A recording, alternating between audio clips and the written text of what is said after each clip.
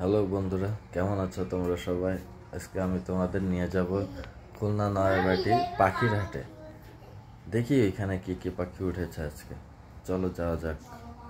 বন্ধুরা, চলে আসলাম নয়াবাটি পাখির হাটে। আমি সামনের দিকে এগিয়ে যেতেই প্রথমে আমার চোখে পড়লো খরগোশ এবং কবুতর। এখানে বিভিন্ন জাতের কবুতর পাওয়া যায়।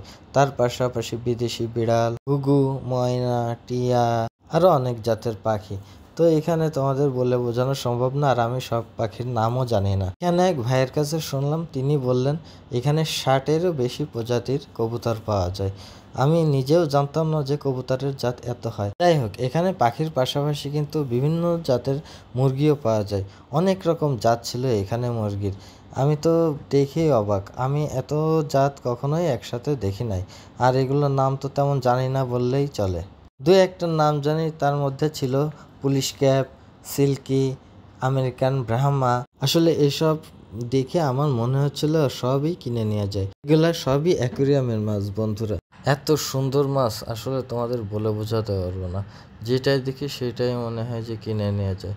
কিনবো কি করে বন্ধুরা, আমার আসলে অ্যাকোরিয়াম নাই। তারপরে মনে হচ্ছিল যে পাখির হাটে যখন এসেইছি তখন কি একটা পাখি কিনেই ফেলবো কিনা। পরে একটা জায়গা যেয়ে আমার একটা পাখি পছন্দ হলো এবং সেটি নিয়েই নিলাম।